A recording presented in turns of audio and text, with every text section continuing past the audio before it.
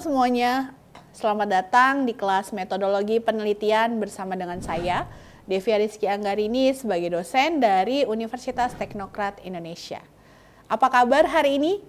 Semoga kita selalu dalam keadaan sehat dan semoga kita dapat mengikuti perkuliahan hari ini dengan baik ya.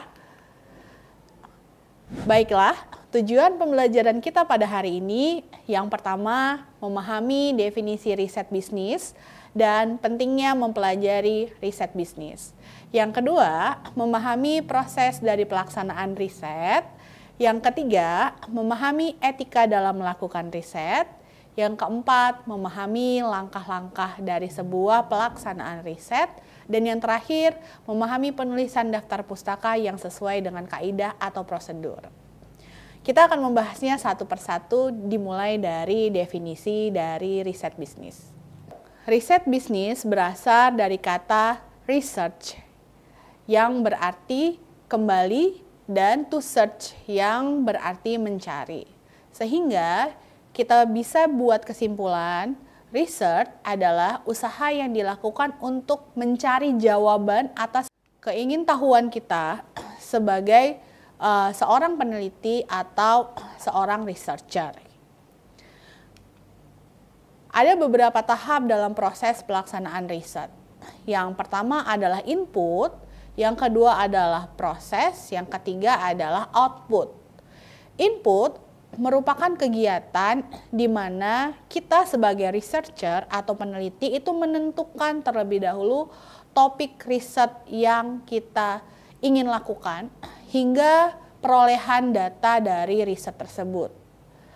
Data yang sudah kita peroleh baik dari responden maupun dari lembaga-lembaga yang kita percaya untuk mendapatkan data, kemudian kita proses ke dalam alat analisis yang bisa kita gunakan untuk keperluan dari riset kita. Sehingga data yang sudah diproses itu nanti menghasilkan hasil dari sebuah analisis yang hasilnya nanti kita terjemahkan ke dalam penjelasan-penjelasan atau pembahasan itu yang dinamakan sebagai output. Sehingga kita bisa simpulkan bahwa 3 proses penting dalam pelaksanaan riset yaitu input, proses, dan juga output. Riset bisnis merupakan proses sistematis yang dilakukan oleh researcher untuk mengumpulkan, menganalisis, menginterpretasikan data yang relevan guna memahami pasar atau pesaing, pelanggan, dan teori yang ada di industri. Tujuannya adalah untuk mendukung pengambilan keputusan yang lebih baik dan strategis terhadap bisnis yang efektif. Tujuan utama dari riset bisnis yang pertama adalah mengidentifikasi peluang pasar. Mengidentifikasi peluang pasar bertujuan untuk membantu perusahaan untuk menemukan peluang baru atau inovasi baru yang ada dalam pasar yang bisa dimanfaatkan. Yang kedua, memahami kebutuhan pelanggan. Dalam memahami kebutuhan pelanggan, itu riset memberikan wawasan tentang preferensi atau kebutuhan pelanggan untuk meningkatkan kepuasan dan loyalitas pelanggan. Apa yang sedang pelanggan butuhkan saat ini atau apa yang saat ini sedang disukai oleh berbagai pelanggan sehingga itu bisa memunculkan sebuah peluang. Yang ketiga, menganalisis persaingan. Dalam menganalisis persaingan, riset ini berfungsi untuk memungkinkan perusahaan untuk memahami kekuatan atau kelemahan dari pesaing. Sehingga perusahaan bisa mengembangkan strategi yang lebih tepat dan efektif untuk pengembangan perusahaan ke masa yang akan datang. Yang terakhir itu untuk mengurangi resiko. Riset membantu untuk mengidentifikasi atau mengelola resiko dengan baik sehingga dapat meminimalkan ketidakpastian yang dapat mempengaruhi kesuksesan dari bisnis sebuah perusahaan. Jadi, itulah tujuan-tujuan dari riset bisnis. Selanjutnya, kita akan membahas mengenai karakteristik dari riset bisnis. Yang pertama adalah sistematis dan terorganisir. Artinya, setiap proses bisnis itu harus melibatkan proses yang terstruktur, dimulai dari pengumpulan, analisis, serta interpretasi data. Yang kedua, objektif. Objektif artinya bersifat netral dan tidak bias. Tidak bias artinya tidak mengandung makna yang ganda. Fokus pada fakta dan data yang valid sehingga bisa mengambil keputusan yang tepat dan sesuai hasil analisis. Yang ketiga yaitu akurat dan relevan. Akurat dan relevan ini mengandalkan data yang tepat dan relevan untuk memastikan informasi yang digunakan dalam pengambilan keputusan itu sudah tepat. Yang terakhir yaitu fleksibel. Fleksibel di sini diartikan sebagai dapat disesuaikan dengan kebutuhan dan kondisi bisnis yang berubah-ubah. Di sini karakteristik riset bisnis itu harus fokus pada tujuan apa yang mau dicari dari sebuah proses riset bisnis. Jika kita mau menganalisis mengenai kepuasan pelanggan, maka kita harus fokus terhadap apa yang menyebabkan pelanggan itu menjadi mengambil keputusan untuk membeli sebuah produk. Apa yang membuat pelanggan melakukan pembelian ulang untuk sebuah produk. Nah, karakteristik riset bisnis yang baik itu harus fokus pada tujuan dari apa yang mau kita cari. Selanjutnya, kita akan membahas mengenai manfaat dari riset bisnis. Riset itu bermanfaat yang pertama untuk pengambilan keputusan yang lebih baik. Dengan menyediakan data dan informasi yang diperlukan, pengambilan keputusan bisa jauh lebih tepat sesuai dengan analisis dan interpretasi data yang akurat. Sehingga kita bisa meminimalisir resiko dari keputusan yang mungkin kurang tepat di masa yang akan datang. Yang kedua, strategi bisnis yang efektif. Dalam strategi bisnis yang efektif, ini membantu kita untuk merumuskan strategi yang sesuai dengan kondisi pasar dan kebutuhan pelanggan, serta visi dan misi perusahaan yang ada di masa yang akan datang. Yang terakhir, itu untuk peningkatan keunggulan kompetitif. Dalam peningkatan keunggulan kompetitif, itu memberikan wawasan yang dapat digunakan untuk meningkatkan posisi perusahaan di pasar untuk masa yang akan datang. Sehingga sebuah perusahaan bisa menganalisis apa-apa saja yang bisa menjadi keunggulan bagi sebuah perusahaan yang bisa dimungkinkan untuk bersaing dengan perusahaan-perusahaan lain sejenis yang ada di sekitarnya. Selanjutnya, kita masuk ke dalam etika dalam melakukan riset. Ada beberapa hal penting yang harus diperhatikan oleh kita selaku researcher untuk melakukan riset, yaitu etika. Ada dua etika yang harus kita junjung dalam kita melakukan riset. Yang pertama yaitu plagiarisme. Plagiarisme merupakan tindakan mengutip ide pada suatu sumber, baik buku, artikel maupun website tanpa menyebutkan sumbernya. Nah, etika ini harus kita perhatikan sebagai kita seorang researcher. Kita harus menyebutkan sumber, baik itu buku, artikel maupun website ke dalam penelitian kita. Kita tidak boleh mengutip suatu sumber tanpa kita menyebutkan sumbernya. Yang kedua adalah manipulasi. Manipulasi merupakan tindakan yang berkaitan dengan data riset, yaitu dipalsukan atau mengarang atau menciptakan data sendiri sesuai dengan keinginan kita dan tidak kita laporkan sesuai dengan kenyataan yang sebenarnya. Manipulasi ini juga harus kita hindari sebagai kita seorang researcher gitu. Jadi jangan sampai kita memalsukan data atau kita buat-buat datanya.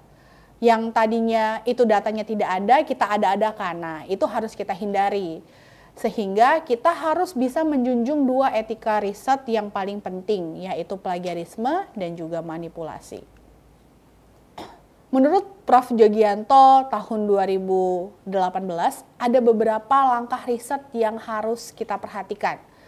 Yang pertama adalah identifikasi isu atau topik riset. Sebelum kita melakukan research, kita harus bisa mengidentifikasi topik atau isu apa nih yang sedang menarik gitu ya di sekitar kita yang relate dengan keilmuan kita sehingga itu bisa menjadikan topik penelitian dari kita. Yang kedua, menjual ide atau isu tersebut harus dengan justifikasi bahwa isu tersebut harus penting untuk diteliti.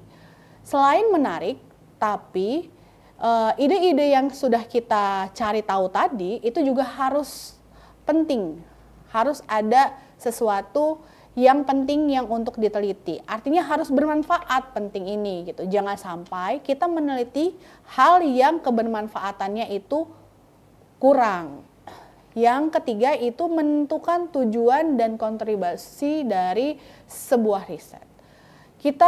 Di awal kita harus bisa menentukan tujuan dan kontribusi kita melakukan riset ini apa. Apakah kita hanya ingin mengetahui, atau kita ingin menganalisis, atau lebih jauh kita ingin membuat sebuah kebijakan dari topik-topik atau isu-isu yang sudah kita tentukan di awal.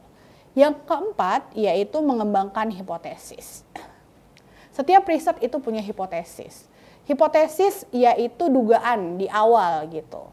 Dugaan di awal itu harus bisa kita uji, kita buktikan apakah benar atau salah dari dugaan kita. Dan hipotesis itu harus kita kembangkan sesuai dengan kebutuhan dari topik atau isu riset yang sudah kita tentukan. Yang selanjutnya adalah merancang atau mendesain riset. Merancang atau mendesain riset dimulai dari kita menentukan metode apa yang sesuai dengan riset kita, kemudian teknik apa yang bisa kita gunakan untuk menjawab hipotesis yang akan kita uji, serta bagaimana hasil interpretasi data itu bisa kita wujudkan dalam kesimpulan. Yang keenam, kita mengumpulkan data. Riset yang baik itu riset yang sesuai dengan data yang valid dan akurat. Data yang sesuai dengan kebutuhan, data yang sesuai dengan topik, dan juga data yang sesuai dengan ide dari sebuah penelitian. Jangan sampai kita menganalisis data yang tidak relevan dengan penelitian kita. Yang selanjutnya adalah menganalisis data dan menguji hipotesis. Tadi saya sudah sampaikan di awal bahwa dalam proses riset, data-data yang kita kumpulkan itu harus bisa kita analisis dan kita uji. Sehingga ujian dari hipotesis tersebut bisa kita ambil kesimpulan. Apakah sesuai dengan harapan kita atau malah berlawanan dengan harapan kita. Selanjutnya, mengevaluasi dan mendiskusikan hasil riset. Tadi kita sudah mendapatkan hasil analisis dan hasil pengujian dari hipotesis yang kita lakukan. Baik itu hasilnya sesuai dengan harapan kita maupun hasilnya berlawanan dengan harapan kita. Hal itu harus kita evaluasi dan kita diskusikan agar kita bisa menentukan bahwa penelitian yang selanjutnya itu sebaiknya seperti apa dari evaluasi dan diskusi hasil riset yang sudah kita lakukan. Selanjutnya, kita harus menunjukkan keterbatasan dari riset yang kita lakukan. Misalnya, keterbatasan dalam data, keterbatasan dalam jumlah responden, atau keterbatasan dalam jumlah variabel yang kita teliti. Nah, yang terakhir, kita akan mengusulkan perbaikan untuk riset berikutnya. Nah, perbaikan untuk riset berikutnya ini biasanya dibaca oleh periset-periset yang lain. Dari sini kita bisa mengupgrade penelitian-penelitian kita selanjutnya berdasarkan dari hasil perbaikan riset yang sebelumnya. Selanjutnya ada penulisan daftar pustaka dalam riset. Daftar pustaka berisi sumber-sumber pustaka yang kita gunakan untuk melakukan sebuah penelitian. Sumber-sumber tersebut berupa tesis, biasanya disertasi, simposium, buku, artikel jurnal, majalah, atau sumber lain, baik yang berasal dari internet maupun bukan. Penulisan daftar pustaka ini umumnya ada beberapa format. Biasanya dalam format APA5, format Chicago Review, format Turabian, format publikasi jurnal, misalkan dalam format Manajemen Academy Review, Miss Quarterly, dan yang lainnya. Dalam penulisan daftar pustaka, kita harus menyesuaikan dengan standar. Misal, satu universitas punya standar bahwa daftar pustaka yang harus dibuat oleh mahasiswa untuk tugas akhirnya dalam format APA Style. Jadi kita harus mengikuti seperti apa format APA Style. Nah, berikut ini adalah contoh dari format APA Style.